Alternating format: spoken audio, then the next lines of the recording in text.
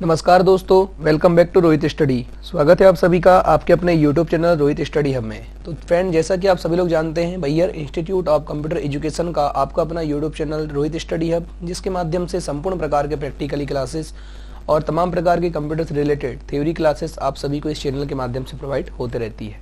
दोस्तों, अगर आप चैनल पर पहली बार आए हैं तो प्लीज़ आप चैनल को सब्सक्राइब कर लीजिए ताकि आने वाली तमाम प्रकार की अपडेट्स आपको मिल सके और नोटिफिकेशन ऑन कर लीजिए।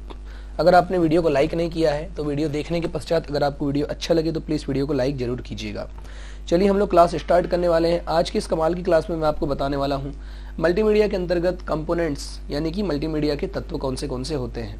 तो सबसे पहले बात करेंगे कंपोनेंट्स ऑफ मल्टीमीडिया, यानी मल्टीमीडिया के तत्व कौन से होते हैं। इससे पहले की क्लासेस में मैंने आप सभी लोगों को मल्टीमीडिया के बारे में बताया था। मल्टीमीडिया क्या है, मल्टीमीडिया किस प्रकार से कार्य करता है, मल्टीमीडिया की आवश्यकता क्यों पड़ी और वर्तमान स्वरूप में मल्टीमीडिया कैसे पहुंचा है। आइए आज हम बात करने वाले हैं मल्टीमीडिया के कंपोनेंट्स यानी मल्टीमीडिया के तत्वों की। तो मल्टीमीडिया के जो कंपोनेंट्स में मुख्य रूप से 5 प्रकार के कंपोनेंट्स आते हैं। सबसे पहला कंपोनेंट्स होता है टेस्ट की। टेस्ट कंपोनेंट सबसे पहला कंपोनेंट्स होता है। तो टेस्ट कंपोनेंट्स का प्रयोग अधिक जोर डालने के लिए किया जाता है। कहने का मतलब ये है कि जब भी आप अगर किसी डेटा को लिखते हैं, किसी डेटा को आप बनाते हैं, तो मल्टीमीडिया में सबसे महत्वपूर्ण रहता है टेस्ट। टेस्ट का मतलब होता है किसी चीज़ को लिखने के लिए। जैसे अभी मैं अगर आपकी ऑनलाइन क्लासेस अगर ले रहा हूँ तो इस ऑनलाइन क्लासेस में मैंने जो डेटा आपके लिए लिख करके दिया, तो ये संपूर्ण जो डेटा है ये लिख करके मैंने आप सभी लोगों को दे दिया ताकि आप उसको क्या कर सकें, ईजिली तरीके से पढ़ सकें। तो आपको जब वो डेटा यहाँ पूरा का पूरा मिल रहा है तो वो डेटा आपका क्या हो जाएगा, कंपोनेंट्स के अंतर्गत आएगा, यानी वो महत्वपूर्ण डेटा हो जाएगा आपका, जो कि टेस्ट के रूप में दिया हुआ है। तो टेस्ट एक ऐसा कंपोनेंट है जिसकी सहायता से हम किसी चीज़ को लिख करके रख सकते हैं, यानी लिख करके डेटा दे सकते हैं, लिख करके जानकारी उसको प्रोवाइड करवा सकते हैं। तो यहाँ आपको ध्यान देना है। ग्राफिक्स का प्रयोग दृश्यात्मक प्रभाव डालने के लिए किया जाता है, ठीक है। तो दूसरा होता है आपका ग्राफिक्स। ग्राफिक्स में 2 चीज़ें आती हैं, एक तो आपका फोटोस आती हैं और दूसरा वीडियोस आते हैं। तो ग्राफिक्स का जो प्रयोग होता है, ग्राफिक्स का प्रयोग जो होता है वो किसके लिए होता है, वो जैसे कि अगर आपने किसी डेटा लिखा हुआ है तो लिखने से अच्छा अगर आपने उस डेटा का चित्रात्मक वर्णन अगर किया है या फिर वीडियो के माध्यम से अगर आपने उसको दिखाने की कोशिश किया है तो वो डेटा आपका ज़्यादा अट्रैक्टिव लगेगा, ज़्यादा अच्छा नज़र आएगा। तो ये काम होता है आपका किसका, ये काम होता है आपके ग्राफिक्स का, जिसके अंतर्गत हम काम करते हैं। ग्राफिक्स यानी मल्टीमीडिया का एक सबसे महत्वपूर्ण कंपोनेंट्स के अंतर्गत आ जाता है। उसके पश्चात फिर होता है एनिमेशन। एनिमेशन का मतलब होता है प्रभाव। प्रभाव का मतलब मैंने आप सभी लोगों को बताया था, जैसे अगर कोई मूवी चल रही है तो मूवी चलते समय अगर कोई फिल्म में कोई अगर सीन अगर एक स्थान से आ रहा है या फिर सीन चल ही रहा था और नीचे कोई एडवर्टाइजमेंट अगर आ गया है, तो वो जो आने का क्रम, उसका प्रदर्शित रहने का क्रम और जाने का क्रम जो है, उस सबको क्या बोला जाता है, एनिमेशन बोला जाता है। क्या बोला जाता है, एनिमेशन कहा जाता है। तो ये दोनों चीज़ों को आपको ध्यान देना है, अच्छे तरीके से इसको याद रखना है। उसके पश्चात दोस्तों हम आगे बात करने वाले हैं। यहाँ पर ध्यान दीजिएगा कि मल्टीमीडिया सॉफ्टवेयर का प्रयोग किसी भी तरह के एनालॉग डेटा या फिर शुद्ध डिजिटल डेटा को अंततः सूचना के प्रेषण के लिए इस्तेमाल किए जाते हैं। यानी मल्टीमीडिया में सॉफ्टवेयर का प्रयोग जो होता है ना, मल्टीमीडिया सॉफ्टवेयर का जो प्रयोग है वो किसी भी तरह के जो डेटा होते हैं, यानी कि आप एनालॉग सिग्नल बोलिए, डेटा या फिर डिजिटल, जो भी डेटा आपका टोटल डेटा है उसको शुद्ध डिजिटल डेटा यानी कि अंततः सूचना के प्रेषण के लिए इस्तेमाल किए जाते हैं। याद रखना है, उसको बताने के लिए, रूपांतरित करने तथा उनका संपादन करने और उनमें संशोधित करने के लिए डेटा का क्या किया जाता है, प्रयोग किया जाता है, डेटा का उपयोग किया जाता है। इस चीज़ को यहाँ पर आपको ध्यान देना है। मल्टीमीडिया के एलिमेंट्स की हम बात करते हैं। देखिए मैंने आपके लिए चित्रात्मक रूप से मल्टीमीडिया के एलिमेंट्स बना करके रख दिया है, तो आप यहाँ पर सबसे पहले इस चीज़ को समझ सकते हैं। मल्टीमीडिया एलिमेंट्स, तो यहाँ पर देखिए डायनेमिक एलिमेंट्स और स्टैटिक एलिमेंट्स, 2 प्रकार के एलिमेंट्स होते हैं। तो डायनेमिक एलिमेंट्स की बात करेंगे तो डायनेमिक के अंतर्गत वीडियोस आ जाएंगे आपके, उसके पश्चात एनिमेशन आ जाएंगे और ऑडियो आ जाएंगे। ऐसे 3 प्रकार के आपके डायनेमिक यहाँ पर आ जाएंगे। डायनेमिक मतलब आपका एलिमेंट्स, और दूसरे होते हैं आपके स्टैटिक एलिमेंट्स। तो स्टैटिक एलिमेंट्स के अंतर्गत 2 चीज़ें आती हैं, एक तो टेस्ट एलिमेंट्स और दूसरा होता है आपका ग्राफिक्स एलिमेंट। क्या होते हैं आपके, टेस्ट एलिमेंट्स और दूसरे होते हैं आपके ग्राफिक्स एलिमेंट्स। तो इन दोनों चीज़ों को आपको याद रखना है।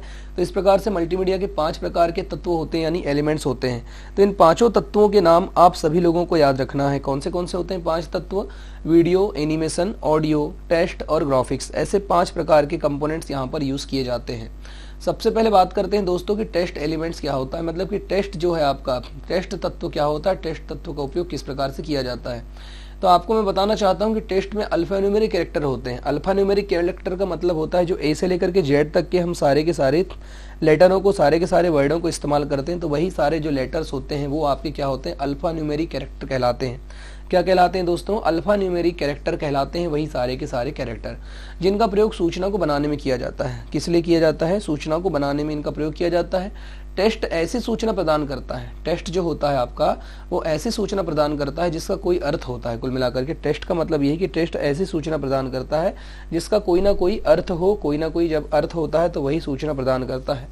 उसके पश्चात आपको ध्यान देना है कि टेस्ट जो होता है फ्रेंड्स, एक बात आपको ये भी याद रखना कि सबसे कम स्थान घेरता है, यानी हम कह सकते हैं कि सबसे सरल डेटा टाइप होता है ये, यानी कम से कम स्थान घेरने का काम करता है, कम से कम स्थान घेरता है। जैसे कि अगर मान लीजिए कोई डेटा अगर आपने लिखा हुआ है तो एक इमेज बहुत सारा स्थान घेरेगी, जैसे 2 MB 3 MB 4 MB या फिर KB में भी इमेज हो सकती हैं, लेकिन जो टेस्ट रहता है वो इनसे कम स्थान ही घेरता है, इसको आपको याद रखना है। ठीक है, उसके पश्चात आपको एक बात और याद रखना है कि टेस्ट ऐसी सूचना प्रदान करता है जिसका कोई अर्थ होता है। ठीक है, टेस्ट सबसे सरल डेटा होता है जिसमें सबसे कम स्टोरेज स्पेस चाहिए। मल्टीमीडिया के लिए टेस्ट डिजाइन करने के लिए सही फॉन्ट स्टाइल का चुनाव, सही फॉन्ट कलर और सही फॉन्ट साइज का चुनाव शामिल होता है। देखिए मल्टीमीडिया का मतलब क्या है, मल्टी धन मीडिया, यानी एक से अधिक संचार के साधन आप, यानी मल्टी यानी एक से अधिक, और मीडिया यानी संचार के साधन। अगर मान लीजिए आप किसी चीज़ को पब्लिश कर रहे हैं, किसी डेटा को अगर आप पब्लिश करना चाहते हैं, किसी डेटा को अगर वितरित करना चाहते हैं, पब्लिकेशन में दिखाना चाहते हैं, तो सबसे पहली बात तो आपको क्या करना पड़ेगा, सबसे पहले तो ये होना पड़ेगा कि अगर आप किसी चीज़ को लिख रहे हैं तो लिखने वाला आपका जो डेटा है वो इतना पावरफुल होना चाहिए, मतलब वो इतना अट्रैक्टिव लगना चाहिए कि सामने वाला व्यक्ति उसको चाह करके भी क्या करे, इग्नोर ना कर सके, यानी कि उसको देखे। तो कहने का मतलब ये है कुल मिलाकर के जो राइटिंग है यानी अक्षर जो है वो क्या होने चाहिए, बेस्ट होने चाहिए, राइटिंग बेस्ट होनी चाहिए। तो वही टेस्ट में कलर का चुनाव करना, कलर के साथ साथ फिर कलर स्टाइल का चुनाव करना, कलर स्टाइल के साथ साथ आपका कुल मिलाकर के फॉन्ट का चयन करना, कलर्स का चयन करना, तो ये सब काम क्या किए गए हैं इस मल्टीमीडिया के अंतर्गत शामिल किए गए हैं। इन सब चीज़ों का आपको ध्यान रखना है। मल्टीमीडिया टेस्ट के गुणात्मक और परिणात्मक दोनों पहलू में शामिल होते हैं। ठीक है, टेस्ट जो होते हैं मल्टीमीडिया के गुणात्मक और कुल मिलाकर के परिणात्मक, ठीक है, बाद में क्या परिणाम निकल के आएगा, इन सब चीज़ों में मल्टीमीडिया आपका शामिल होता है। उसके पश्चात आपका एडिटिंग सॉफ्टवेयर जो होते हैं, editing software, test editing software जो होते हैं उसमें टूल्स, कंटेंट्स डेवलपमेंट, उसके पश्चात टाइटल डेवलपमेंट और फ़ोन पर डिज़ाइन करने के लिए सारे के सारी चीज़ें उपलब्ध होती हैं। जैसे मैंने आप सभी लोगों को बताया था, जैसे अगर हम लोग यहाँ वर्ड की बात करते हैं तो चलिए मैं इस वर्ड में ही आपको दिखाने की कोशिश करता हूँ। यहीं पर मैं क्लिक करके तो देख सकते हैं यहाँ पर आपको एक से एक वर्डिंग के स्टाइल मिलेंगे। देख सकते हैं पूरे पूरे जो स्टाइल बनी हुई है वर्ड की स्टाइल है। वैसे ही आप यहाँ इंसर्ट पर जाएंगे और वर्ड आर्ट पर क्लिक करेंगे, देखिए वर्ड आर्ट है, तो ये वर्ड आर्ट पर आपकी जो स्टाइल बनी हुई है, तो इनमें से जो अट्रैक्टिव स्टाइल लगेगी उसको अगर आप लेंगे तो वो ज़्यादा से ज़्यादा प्रभाव डालेगी। किसके ऊपर प्रभाव डालेगी फ्रेंड्स, यानी कि जो व्यक्ति इस सूचना को पढ़ेगा उसके ऊपर वो ज़्यादा से ज़्यादा प्रभाव डालने की कोशिश करेगी। तो आपको अच्छे से क्या करना है, अच्छे स्टाइल का चयन करना है। अब हम लोग बात करने वाले हैं टेस्ट के लिए हार्डवेयर कौन से आवश्यकता पड़ेगी। तो देखिए किसी भी प्रोग्राम को अगर आपको चलाना है तो उसके लिए दो चीज़ें होती है, एक तो हार्डवेयर होता है, दूसरा क्या होता है, सॉफ्टवेयर होता है। हार्डवेयर का मतलब क्या होता है दोस्तों, कमेंट करके मुझे बताइए जल्दी। तो हार्डवेयर का मतलब आप जल्दी मुझे कमेंट करके बताएंगे। कंप्यूटर का प्रयोग करके टेस्ट प्रोसेसिंग में निम्नलिखित हार्डवेयर की आवश्यकता होती है, यहाँ पे आपको ध्यान देना है। तो देखेंगे कंप्यूटर में अगर आपको डेटा एंट्री करना है, सबसे पहली बात तो कंप्यूटर में डेटा एंट्री करने के लिए आपको इनपुट डिवाइस यानी कीबोर्ड की आवश्यकता पड़ेगी। ऑप्टिकल कैरेक्टर रिकॉग्निशन यानी कि OCR, यानी अगर आप OCR यानी कि ऑप्टिकल कैरेक्टर रिकॉग्निशन या फिर रीडर, तो उसकी सहायता से एक इनपुट डिवाइस होती है जो पिक्चर, ग्राफिक्स और टाइप किए गए टेक्स्ट या फिर हस्तलिखित टेक्स्ट जैसे विभिन्न प्रकार के डॉक्यूमेंट को इनपुट करने के लिए प्रयोग में लाए जाते हैं। किसके रूप से, ये OCR की सहायता से हम लोग काम कर सकते हैं। मॉनिटर क्या होता है फ्रेंड्स, एक आउटपुट डिवाइस है। तो यानी अगर आप टेस्ट लिख रहे हैं तो आपको लिखने के लिए क्या दिखेगा भी, तभी तो लिखेंगे ना आप। तो मॉनिटर क्या है, आपका आउटपुट डिवाइस, उसकी एक प्रकार का हार्डवेयर है, तो उसकी भी हमको आवश्यकता होती है। अब आपने लिख तो लिया, लिखने के पश्चात आप क्या करेंगे, उसको टाइपिंग करके आपको प्रिंट भी करना पड़ेगा, तो प्रिंटर की आवश्यकता पड़ेगी। तो प्रिंटर एक प्रकार का आउटपुट डिवाइस है, और प्रिंटर से हम कैसी कॉपी निकालते हैं, तो प्रिंटर से हम लोग हमेशा हार्ड कॉपी निकालते हैं। यहाँ पर आपको ध्यान देना है, प्रिंटर से हमेशा कैसी कॉपी प्राप्त होती है, तो हार्ड कॉपी प्राप्त होती है। अभी जिसको समझ में नहीं आ रहा होगा तो मुझे आप कमेंट करके पूछ सकते हैं। लाइव कमेंट ऑन है। अगर जिन बच्चों ने वीडियो को लाइक नहीं किया है प्लीज़ वीडियो को एक लाइक जरूर कर दीजिएगा, और अगर आपने चैनल को सब्सक्राइब नहीं किया है तो please Rohit study hub channel को सब्सक्राइब कर लीजिएगा, ताकि आने वाली तमाम प्रकार की अपडेट्स आप सभी लोगों को मिल सके। तो फ्रेंड तब तक के लिए बने रहिए आप सभी लोग रोहित स्टडी हब के साथ। चलिए हम लोग आगे बढ़ते हैं। यहाँ पर आपको क्लास कंटिन्यू करना है, ध्यान देना है। नोट्स आप साथों साथ बनाते जाइए। नोट्स अगर आप नहीं बनाएंगे तो आपकी नोट्स कंप्लीट नहीं होंगी और आपको पढ़ने में बाद में मज़ा नहीं आएगा। यहाँ पर आपका अगला विकल्प जो होता है जिसका हम लोग चयन करेंगे तो वो होता है टेस्ट के लिए सॉफ्टवेयर की आवश्यकता। अब मैंने आपको बताया था टेस्ट अगर आप लिख रहे हैं तो लिखने के लिए आपको सॉफ्टवेयर चाहिए। तो देखिए आप MS वर्ड में लिखिए या पावर पॉइंट में लिखिए या फिर फोटोशॉप पर लिखिए, पिक्सआर्ट में लिखिए, या फिर आप अगर मोबाइल पर काम कर रहे हैं तो एक हिंदी में एक एप्लीकेशन आता है, उसमें बहुत सारे फॉन्ट होते हैं।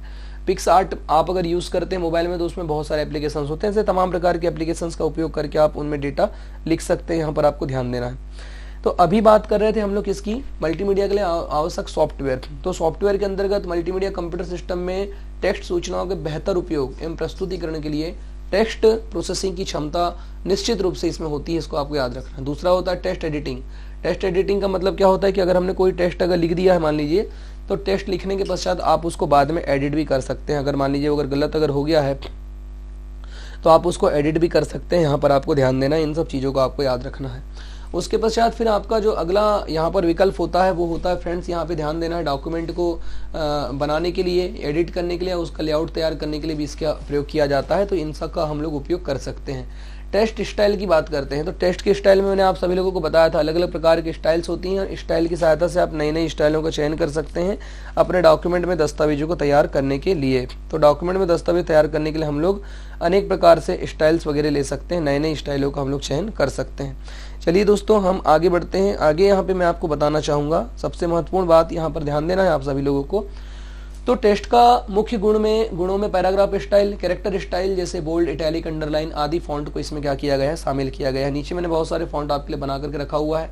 Importing text and exporting text, कुल मिलाकर के टेक्स्ट डॉक्यूमेंट का बनाने का जो कार्य है अक्सर काफ़ी सरल भी होता है, क्योंकि हम जब कीबोर्ड से कोई भी डेटा मतलब जैसे कीबोर्ड से हमने बटन दबाया तो हमारा डेटा ऑटोमेटिकली लिखना हम लोग प्रारंभ कर देते, लेकिन हमने उसको जैसे स्टाइल में रखा है, जैसे स्टाइल में दे करके रखा है वो डेटा उसी स्टाइल में डेटा क्या होगा, टाइपिंग होगा, या फिर उसी स्टाइल में हम लोग डेटा पर काम कर सकते हैं।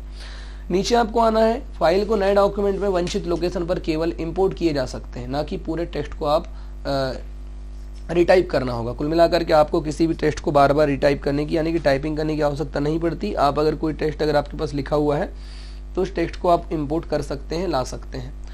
दूसरा होता है आपका फ्रेंड्स पिक्चर या ग्राफिक्स। अगला विकल्प होता है पिक्चर या ग्राफिक्स की। पिक्चर या ग्राफिक्स की बात करेंगे तो कंप्यूटर ग्राफिक्स में कंप्यूटर की मदद से पिक्चर बनाना, ठीक है। कंप्यूटर ग्राफिक्स की अगर बात करेंगे तो हम लोग कंप्यूटर की मदद से पिक्चर बना सकते हैं। अभी मैं आपको आगे जो क्लासेस में लूंगा उसमें आपको सिखाऊंगा कि पिक्चर्स कैसे बनाई जाती हैं, फोटोशॉप पर कैसे काम किया जाता है। तो यहाँ ध्यान देना है कि कंप्यूटर ग्राफिक्स में कंप्यूटर की मदद से क्या करना है, अगर पिक्चर बनाना है, प्रस्तुत करना है, या उसमें सुधार करना है, या फिर उसमें प्रदर्शित करने को शामिल करना है, तो ग्राफिक्स मल्टीमीडिया का एक महत्वपूर्ण कंपोनेंट्स होता है पिक्चर आपका, ठीक है, जो कि अट्रैक्टिव बनाता है अपने आपके डॉक्यूमेंट को, ठीक है। अगर आपके डॉक्यूमेंट में पिक्चरों का यूज अगर किया गया है तो डॉक्यूमेंट ज़्यादा अट्रैक्टिव लगेगा, ठीक है।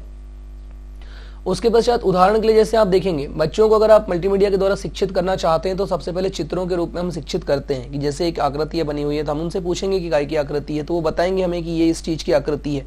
तो ऐसे चित्रात्मक रूप से जैसे हम अगर उनको ABCD अगर पढ़ा रहे हैं या फिर अनाराम पढ़ा रहे हैं तो उनमें उनके चित्र निहित होते हैं, यानी कि चित्र दिए होते हैं, जैसे आम, उसके पश्चात अनार, इमली, ईख, उल्लू, ऊंट। तो इनके चित्र को देख करके बच्चा बहुत जल्दी क्या करता है, सीखता है, बहुत जल्दी क्या करता है, कोशिश करता है सीखने की। तो ये दोनों चीज़ों को आपको प्रत्यक्ष रूप से क्या करना है, याद रखना है, भूलना नहीं है। उसके पश्चात क्योंकि छोटे बच्चे जो होते हैं वो नए कंटेंट को टेक्स्ट के साथ वर्णन करना कठिन होता है, इसलिए मल्टीमीडिया एप्लीकेशन में छोटे बच्चों को शिक्षित करने के लिए एक घोड़े की फोटोग्राफ टेक्स्ट के रूप में अगर आप बनाते हैं तो उससे बच्चा, जैसे अगर आपने अगर घोड़ा लिखेंगे तो पढ़ नहीं पाएगा, लेकिन अगर आप उसको बता देंगे कि ऐसा चित्र घोड़े का है तो वो ऑटोमेटिकली समझ जाएगा कि ऐसा चित्र किसका है, घोड़े का है, तो उसको बहुत जल्दी वो चीज़ें क्या रहेंगी, याद रहेंगी। तो इस प्रकार के चित्रों को बनाया गया है। ग्राफिक्स के प्रकार होते हैं, पहला होता है आपका लाइन ड्राइंग, दूसरा होता है इमेज, तीसरा। तो पहला लाइन ड्राइंग क्या होता है, देखिए ये लाइनों के वृत्ताकार। अगर मान लीजिए आपने कोई अगर इमेज अगर बनाया है लाइन क्लिक करके, जैसे कि मैंने आप सभी लोगों को लोगो डिजाइन करना सिखाया था, याद होगा, तो लोगो डिजाइन करते समय हमने लाइनों का प्रयोग किया, कलर कॉम्बिनेशनों का प्रयोग किया, बॉक्सेस का प्रयोग किए। तो अगर वो तो क्या हो गया आपका, वो एक प्रकार से आपका जो आपने लाइनों का प्रयोग करके बनाया तो उसको क्या बोलेंगे, लाइन ड्राइंग बोलेंगे। क्या बोलेंगे, लाइन ड्राइंग के नाम से जानते हैं। किस नाम से जानते हैं, लाइन ड्राइंग के नाम से जानते हैं उनको। उनमें देखिए जैसे कि गणितीय ऑब्जेक्ट को दर्शाने के लिए 2D या फिर 3D पिक्चर के रूप में ड्राइंग चित्र हो गए, या फिर बहुत सारे अलग अलग प्रकार के जो चित्र बनाए जाते हैं उसमें सिंपल ऑब्जेक्ट टाइप का प्रयोग करके जटिल ऑब्जेक्ट टाइप को बनाने के लिए उनका प्रयोग किया जाता है। जैसे उदाहरण के लिए कुर्सी की पिक्चर अगर आप बना रहे हैं तो आप लाइनों और आर्क का प्रयोग करके आप क्या कर सकते हैं, कुर्सी का पूरा चित्र बना सकते हैं। दूसरी सबसे महत्वपूर्ण बात और आपको मैं ये बताना चाहता हूँ, जैसे कंप्यूटर ग्राफिक्स का वह क्षेत्र इस तरह के पिक्चर के साथ कार्य करता है जैसे कि मतलब कि आपका जनरेटिव ग्राफिक्स कहलाता है। ठीक है, जनरेटिव ग्राफिक्स को बड़े पैमाने पर उदाहरणात्मक चित्र के बनाने के लिए इनका यूज किया जाता है, क्योंकि दूसरा बहुत ही महत्वपूर्ण एप्लीकेशन होता है CAD यानी कि कंप्यूटर एडेड डिजाइन, और एक CAM होता है कंप्यूटर एडेड मैन्युफैक्चरिंग। ठीक है, तो आजकल क्या है, CAD पैकेज बहुत बड़े पैमाने पर एयरक्राफ्ट, शिप, बिल्डिंग, स्ट्रक्चर आदि के मॉडल को प्रस्तुत करने के लिए काम कर। देखिए मैंने आपको बताया कि अगर आप किसी चीज को डिजाइन करना चाहते हैं, किसी चीज का निर्माण करना चाहते हैं, तो सबसे उसके लिए महत्वपूर्ण विकल्प आपका क्या होता है दोस्तों, तो वो आपका सबसे महत्वपूर्ण विकल्प ये होता है कि आप सबसे पहले क्या करेंगे, उसका आप चित्र बना लीजिए। यानी कि प्रोजेक्ट पर अगर आप किसी प्रोजेक्ट पर काम कर रहे हैं तो आप सबसे पहले उसका ढांचा तैयार कीजिए, और ढांचा चित्रों के माध्यम से तैयार होता है। जैसे कि अगर आप किसी बिल्डिंग को डिजाइन करना चाहते हैं, किसी बिल्डिंग बनाना चाहते हैं, तो सबसे पहले जो इंजीनियर होता है वो क्या करेगा, बिल्डिंग बनाएगा जरूर, परंतु क्या करेगा, पहले कागजी रूप में बिल्डिंग को बनाने का काम करेगा। और जब बिल्डिंग पूरी बन करके तैयार हो जाएगी कागज में, तब उसको वो प्रत्यक्ष रूप से बनाने के लिए वर्कर्स उस पर काम करके उसको प्रत्यक्ष रूप से डिजाइन करते हैं। तो यहाँ पर इस चीज को आपको ध्यान देना है, भूलना नहीं है। उसके पश्चात दोस्तों हम आगे बात करने वाले हैं इमेज क्या होता है। तो इमेज के बारे में आपको बताना चाहता हूँ। इमेज का मतलब होता है फोटो यानी कि पिक्चर। तो इमेज को सूचना के दृश्यात्मक रूप से परिभाषित कर सकते हैं, यानी किसी सूचना को आप अगर बता रहे हैं तो वो आपका तो एक वॉइस के रूप में आप बता रहे हैं उसको। ठीक है, दूसरा प्रकार आपका क्या हो गया कि अगर आप उस सूचना को लिख करके किसी को समझा रहे हैं तो वो टेक्स्ट के अंतर्गत आ जाएगा। लेकिन तीसरा महत्वपूर्ण विकल्प और तीसरा महत्वपूर्ण पार्ट यहाँ पर ये हो जाता है कि अगर आप किसी सूचना को बता रहे हैं, लेकिन वो सूचना अगर मान लीजिए कि अगर वो चित्र के रूप में है, ठीक है, जैसे कि पेंटिंग करके अगर आप किसी चीज को दिखाना चाहते हैं तो वो किसके अंतर्गत आ जाएगा, इमेज के अंतर्गत आ जाएगा। ठीक है, इसमें फोटोग्राफ्स भी होंगे, पिक्सेल के संग्रहण से बनती है इमेज। इससे पहले के सारी क्लासेस पे भी मैंने आपको बताया हूँ कि इमेज किससे मिलकर के बनती है, तो इमेज बनती है पिक्सेल से। पिक्सेल यानी कि डॉट की संख्या, पिक्सेल का मतलब क्या होता है दोस्तों, डॉट की संख्या। तो पिक्सेल किससे मिलकर के बनता है, तो पिक्सेल बनता है आपके डॉट से मिलकर बनता है। किससे बनता है, डॉट से मिलकर बनता है पिक्सेल। तो इस चीज को आपको ध्यान देना है। तो डॉट से मिलकर के बना आपका पिक्सेल, और जितने एक इमेज में जितने ज्यादा पिक्सेलों की संख्या होगी उस इमेज की क्वालिटी उतनी ही अच्छी होती है। इस चीज को भी आपको ध्यान देना है, भूलना नहीं है।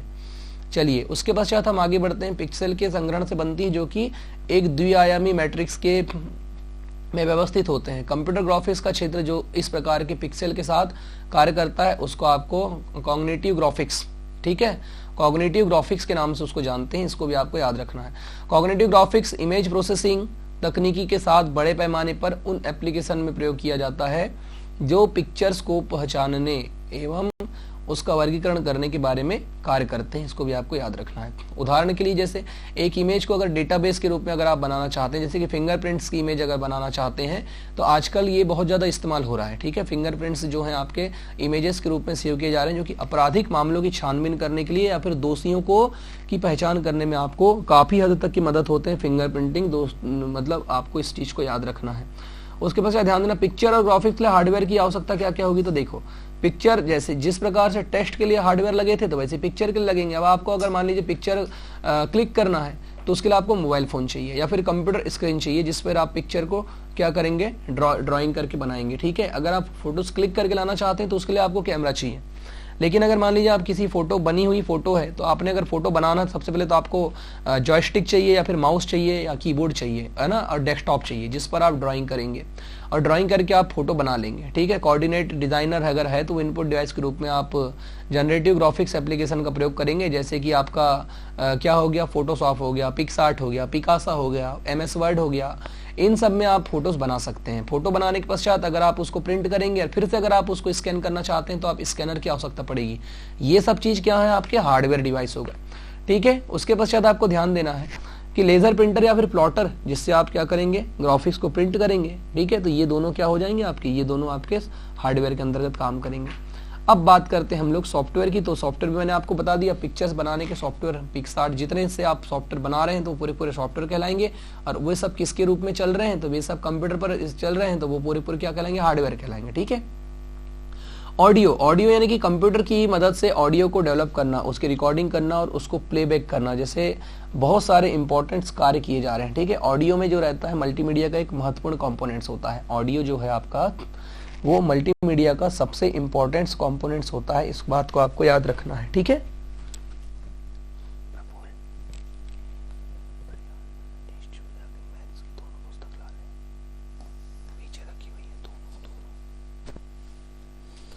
तो इस चीज़ को आपको ध्यान देना है कि कंप्यूटर की मदद से जो है वो ऑडियो को डेवलप किया गया, क्योंकि रिकॉर्डिंग करना, उसको प्लेबैक करना, जैसे इतने सारे जो काम है वो सब किसकी सहायता से किए जाते हैं, तो वे सब आपके किए जाते हैं कंप्यूटर की सहायता से ही किए जाते हैं। मल्टीमीडिया का एक महत्वपूर्ण कंपोनेंट्स होता है, ध्यान दीजिएगा, ऑडियो, क्योंकि आप किसी चीज़ को अगर बोलकर अगर नहीं समझाएंगे तो मान लीजिए वो चीज़ें ज़्यादा हद तक के समझ में नहीं आएंगी, इसलिए इसमें किसका उपयोग किया जाता है, ऑडियो का उपयोग किया जाता है। अब ऑडियो यानी कि बहुत सारे ऐसे केसेस होते हैं, सूचनाओं को बेहतर ढंग से समझने के लिए साउंड तथा उसके तरीके, इन सब चीज़ों का उपयोग करते हैं। कुछ केसेस में वांछित सूचना प्रदान करने का एकमात्र साधन क्या होता है, साउंड ही होता है। ठीक है, कि अगर किसी व्यक्ति ने कोई चीज़ अगर देखा है तो उस घटना का वो विस्तृत वर्णन कर सकता है। तो यहाँ पर आप इस चीज़ को ध्यान देना भूलना नहीं है। चलिए दोस्तों, हम आगे बढ़ते हैं। तो यहाँ पर मैं आपको बताऊंगा ऑडियो के लिए कौन से हार्डवेयर की आवश्यकता पड़ेगी। तो ऑडियो के लिए आपको तो निम्न एक कंप्यूटर हार्डवेयर चाहिए, कुल मिलाकर के सबसे पहले तो एक कंप्यूटर चाहिए। ठीक है, उसके पश्चात एक साउंड कार्ड चाहिए जिसमें आप साउंड को ऐड करके रखेंगे या फिर साउंड को डाल करके रखेंगे। उसके पश्चात इनपुट डिवाइस जैसे कि माइक्रोफोन हो गया, जो कि कंप्यूटर में क्या करेगा, आवाज़ हो गया, संगीत हो गया, या फिर किसी भी तरह के ऑडियो इनपुट को रिकॉर्ड करता है। ठीक है, साउंड बोर्ड का ऑडियो एनालॉग सिग्नल से क्या करता है, वो पूरा डिजिटल सिग्नल में, A/D का मतलब समझ जाइएगा आप, एनालॉग टू डिजिटल। ठीक है, तो मैंने आपको बताया था ये कन्वर्टर होते हैं जो कि एनालॉग के रूप में उपलब्ध होते हैं। ठीक है, साउंड कार्ड को डिजिटलाइज करने में मदद करता है, इस बात को आपको याद रखना है। ठीक है, तो इस प्रकार से इन सब चीज़ों का उपयोग किया जाता है, यानी ऑडियो के लिए हार्डवेयर क्या हो गए। अब अगर आप रिकॉर्डिंग करना चाहते हैं तो आपका मोबाइल फ़ोन भी है ऑडियो के लिए, रिकॉर्डिंग करने के लिए, या फिर कंप्यूटर सिस्टम भी होता है रिकॉर्डिंग करने के लिए। तो रिकॉर्डिंग जो कर रहे हैं वो क्या कहलाएंगे, पूरे वे कहलाएंगे आपके हार्डवेयर या सॉफ्टवेयर। अगर कोई सॉफ्टवेयर पर अगर आप काम कर रहे हैं तो वो सॉफ्टवेयर कहलाएगा, लेकिन अगर आप किसी हार्डवेयर पर काम कर रहे हैं तो वो क्या कहलाएगा, हार्डवेयर कहलाएगा। इस चीज़ को आपको याद रखना भूलना नहीं है। चलिए दोस्तों, हम आगे बढ़ते हैं। तो यहाँ पर आपको ध्यान देना है सबसे महत्वपूर्ण चीज़, और ये हो जाएगा कि आउटपुट डिवाइस जैसे स्पीकर हो गया या फिर हेडफोन्स हो गए, जो कि ऑडियो आउटपुट को रिकॉर्ड करते हैं। ठीक है, क्या करते हैं, ऑडियो आउटपुट को रिकॉर्ड करते हैं। साउंड बोर्ड का डिजिटल सिग्नल को वो एनालॉग सिग्नल में कन्वर्टर करते हैं, साउंड को डिजिटल से क्या करते हैं, एनालॉग के रूप में बदलते हैं, कन्वर्ट करने में मदद करते हैं। तो ये होते हैं आपके साउंड एडिटर्स, जो कि साउंड क्लिपिंग को कट और पेस्ट करते हैं। क्या करते हैं, कट भी करते हैं और पेस्ट भी करते हैं। इस चीज को आपको ध्यान देना है, भूलना नहीं है।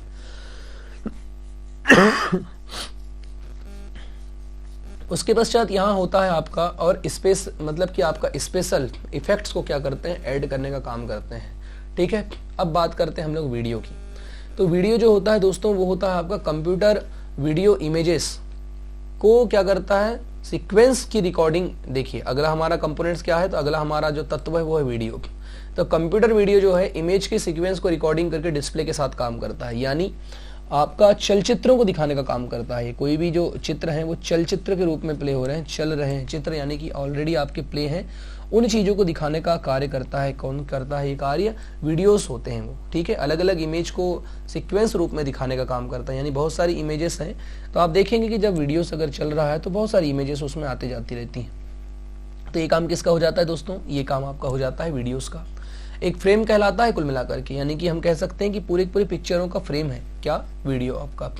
क्योंकि एक जर्क फ्री मोशन वीडियो के लिए प्रति सेकंड 25 से 30 फ्रेम्स डिस्प्ले किए जाने की आवश्यकता होती है, और मल्टीमीडिया का एक महत्वपूर्ण कंपोनेंट्स होता है, क्योंकि यह उस कंपोनेंट्स को दर्शाने में बहुत उपयोगी होता है जिसमें मूवमेंट या फिर गति शामिल हो। ठीक है, तो वीडियो में आपकी क्या होती है, पूरी पूरी मूवमेंट भी शामिल होते हैं और पूरे के पूरे गति भी शामिल होते हैं। इस चीज़ को आपको ध्यान देना है। अभी चलिए बात करते हैं वीडियो बनाने के लिए कौन से हार्डवेयर की आवश्यकता पड़ेगी। तो देखिए, वीडियो बनाने के लिए सबसे पहली बात तो कैप्चर करने के लिए आपको वीडियो का कैमरा चाहिए। ठीक है, वीडियो को अगर आपको कैप्चर करना है या वीडियो बनाना है तो उसके लिए तो सबसे पहली बात आपको एक कैमरा चाहिए। कैमरा के पश्चात आपको कुल मिलाकर के जिस मॉनिटर पर आप डेटा देखेंगे, यानी जिस जगह आप डेटा देखेंगे, तो उसको क्या बोलेंगे हम, कंप्यूटर मॉनिटर। तो एक मॉनिटर आपको चाहिए डेटा डिस्प्ले करने के लिए।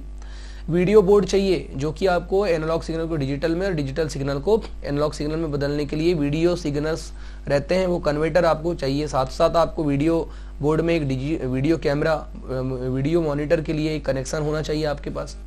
वीडियो एडिटर्स, ठीक है, यानी वीडियो सीक्वेंस को कट एंड पेस्ट कर सके, ऐसे स्पेशल इफेक्ट वाले या ऐड करा सके, ऐसे सीक्वेंस वाले नए वीडियो सीक्वेंस तैयार करे, ऐसे पूरे पूरे आपके पास सॉफ्टवेयर भी चाहिए। ठीक है, तो हार्डवेयर की और सॉफ्टवेयर की आवश्यकता अलग अलग होती है। तो हार्डवेयर क्या होते हैं वो भी आपको याद रखना है। और वीडियो एडिटिंग के सॉफ्टवेयर, तो सबसे अच्छा वीडियो एडिटिंग सॉफ्टवेयर कौन से हैं? अनेकों प्रकार के सॉफ्टवेयर हैं, जिसको जो अच्छा लगा वही उसके लिए सबसे अच्छा। जैसे मैं अगर काइन मास्टर से एडिटिंग करता हूँ तो मेरे लिए काइन मास्टर अच्छा है। कोई अगर फिल्मोरा से एडिटिंग करता है तो उसके लिए फिल्मोरा, कोई अगर वीटा से बनाता है तो वीटा। तो ऐसे ढेर सारे आपके वीडियो एडिटिंग सॉफ्टवेयर हैं, आप किसी भी सॉफ्टवेयर का उपयोग कर सकते हैं। उसके पश्चात होता है दोस्तों सबसे महत्वपूर्ण, देखिए सबसे महत्वपूर्ण और सबसे इंपॉर्टेंट जो आपका होता है एनिमेशन। क्या होता है आपका एनिमेशन, जो हम किसके रूप में जानते हैं? एनिमेशन को हम जानते हैं आपका प्रभाव। ठीक है, तो एनिमेशन शब्द की तरह दृश्यात्मक मूवमेंट इफेक्ट जो कि स्वतः होते हैं। दृश्यात्मक मूवमेंट इफेक्ट का मतलब होता है कि बिना किसी मैनुअल यूजर इंटरेक्ट, मतलब कि आपका इंटरेक्शन के क्या करता है, रेफर करता है। एनिमेशन जो होता है मल्टीमीडिया का सबसे डायनेमिक रूप है। एनिमेशन क्या होता है? मल्टीमीडिया का सबसे डायनेमिक रूप होता है। एनिमेशन क्या करता है? ऑब्जेक्ट्स को डायनेमिक मूवमेंट प्रदान करते हैं, इसको आपको याद रखना है, जो कि ग्राफिक्स नहीं कर पाते। ठीक है, यानी कि अगर किसी पिक्चर के ऊपर कोई अगर हलचल हो रही है, कोई अगर इफेक्ट डाला गया है, तो वो काम किसका होता है? वो काम होता है एनिमेशन का। और जैसे उदाहरण के लिए, जैसे कि हवा में उड़ती एक चिड़िया अगर आपको दिखाई दे रही है, उसके लिए अगर ग्राफिक्स सिर्फ इतना ही डिजिटल फोटोग्राफी दे सकती है, जबकि एनिमेशन के साथ हम क्या कर सकते हैं? मॉनिटर पर वास्तविक चिड़िया को उड़ता हुआ देख सकते हैं। ठीक है, कंप्यूटर एनिमेशन इमेजेस में एक सेट बनाने के लिए डिस्प्ले की जो सीक्वेंसिंग जो होती है उसको रूप में क्या करता है? कार्य करता है।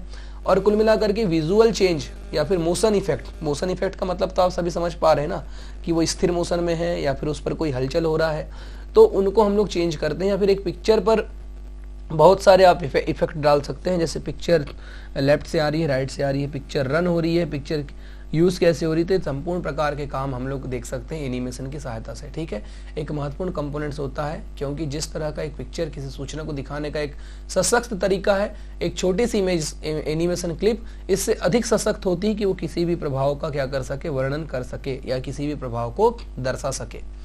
क्योंकि कुल मिलाकर के आपका मूवमेंट जो होते हैं, जिस प्रकार से घोड़ा दौड़ता है तो उसकी पूरे शरीर की बनावट दिखती है ना, ठीक उसी प्रकार से किसी वीडियोस पर कोई अगर एनिमेशन काम कर रहा है, कोई प्रभाव काम कर रहा है, तो वो ज़्यादा अट्रैक्टिव तरीके से हमको समझ में आएगा। एनिमेशन के लिए हार्डवेयर की आवश्यकता की बात करते हैं, तो एनिमेशन जो है आपका, एनिमेशन के लिए हार्डवेयर क्या है? एनिमेशन इमेज जनरेशन टूल्स, उसके पश्चात आपका डिवाइस जैसे स्कैनर हो गए, डिजिटल कैमरा हो गया, वीडियो कैप्चर बोर्ड हो गए, उसके पश्चात कुछ स्टैंडर्ड वीडियो सोर्स जैसे कि वीडियो कैमरा। ठीक है, वीडियो कैसेट रिकॉर्डर यानी VCR, वीडियो कैसेट रिकॉर्डर के साथ आप इंटरफेक्ट्स जो का प्रयोग कर सकते हैं, क्योंकि एनिमेशन में प्रयोग किए जाने वाली इमेज बनाने के लिए इनका प्रयोग मुख्य रूप से किया जाता है। कंप्यूटर मॉनिटर जिनमें इमेज डिस्प्ले की क्षमता होती है, वो एनिमेशन डिस्प्ले के लिए न्यूनतम आवश्यकता होती है उनकी। इसके साथ ही मल्टीमीडिया कंप्यूटर सिस्टम जो कि एनिमेशन को क्या करते हैं? हैंडल करने में क्या होते हैं? सक्षम होते हैं, उनको भी ग्राफिक्स मतलब कि आपका एक्सीलरेटर बोर्ड की उनको भी आवश्यकता होती है। इस चीज़ को आपको याद रखना है। डिस्प्ले के न केवल कलर बल्कि उनका रिजोल्यूशन को भी क्या करता है? कंट्रोल करने का काम करता है, बल्कि रिफ्रेश रेट को क्या करता है? स्पीड्स करने का काम करता है। यानी बहुत सारे प्रयोग हम कर सकते हैं और नए नए प्रयोग हम इसमें जोड़ सकते हैं, नए नए हम लोग इसमें एनिमेशंस ऐड करा सकते हैं। एनिमेशन का मतलब होता है प्रभाव। किसी चीज़ पर जब कोई प्रभाव लगाया जाता है, यानी किसी चीज़ पर जब कोई मूवमेंट लगाया जाता है, किसी वीडियोस किसी ऑडियोस पर, तो उसको क्या बोला जाता है? एनिमेशन बोला जाता है, यानी प्रभाव बोला जाता है। ठीक है, तो वीडियो ऑडियो, तो तीन प्रकार के मुख्य रूप से एनिमेशन काम करते हैं, यानी मोशन, इन एनिमेशन, आउट एनिमेशन और ओवरऑल एनिमेशन। ऐसे तीन प्रकार के आपके एनिमेशंस काम करते हैं और इनकी सहायता से ही सारे काम किए जाते हैं। पूरा का पूरा काम आपको यहाँ ध्यान रखना है, भूलना नहीं है। तो दोस्तों आज मैंने आपको आज की क्लास में संपूर्ण प्रकार के मल्टीमीडिया के एलिमेंट्स के बारे में बताया हूँ, यानी तत्व। तो 5 प्रकार के हमने तत्व देखे हैं, टेक्स्ट, इमेज, उसके पश्चात ऑडियो, वीडियो और एनिमेशन। तो ऐसे 5 प्रकार के हमने कंपोनेंट्स देखे हैं। कंपोनेंट्स का मतलब क्या होता है? तत्व। तो इन सारे तत्वों को याद रखना, बहुत ही महत्वपूर्ण तत्व होते हैं आपके और इंपॉर्टेंट तत्व होते हैं, इसलिए इन सभी तत्वों को आपको याद रखना है। इसके आगे की क्लास जो कल लगेगी 9 बजे से मल्टीमीडिया की, उसमें making simple multimedia with PPT S computer of multimedia, यानी फोटोशॉप से हम लोग कैसे इमेज तैयार करते हैं, फोटोशॉप से एक नॉर्मल इमेज कैसे तैयार करते हैं उसके बारे में आपको कल पिक्स आर्ट से एक फोटो तैयार करके दिखाऊंगा जो आपको करना होगा। ठीक है, तो फोटोशॉप पर जाकर के मैं आपको कल एक इमेज तैयार करके दिखाऊंगा कि सिंपल इमेज हम किस प्रकार से तैयार करते हैं। तो फ्रेंड्स, अगर आप सभी को उसकी हमारी क्लास अच्छी लगी होगी तो प्लीज वीडियो को लाइक जरूर कीजिएगा और चैनल को सब्सक्राइब करके नोटिफिकेशन जरूर ऑन कर लीजिएगा। तो तब तक के लिए आप सभी बने रहिए रोहित स्टडी हब के साथ। मिलते हैं कल नेक्स्ट क्लास के साथ, तब तक के लिए सभी को बाय।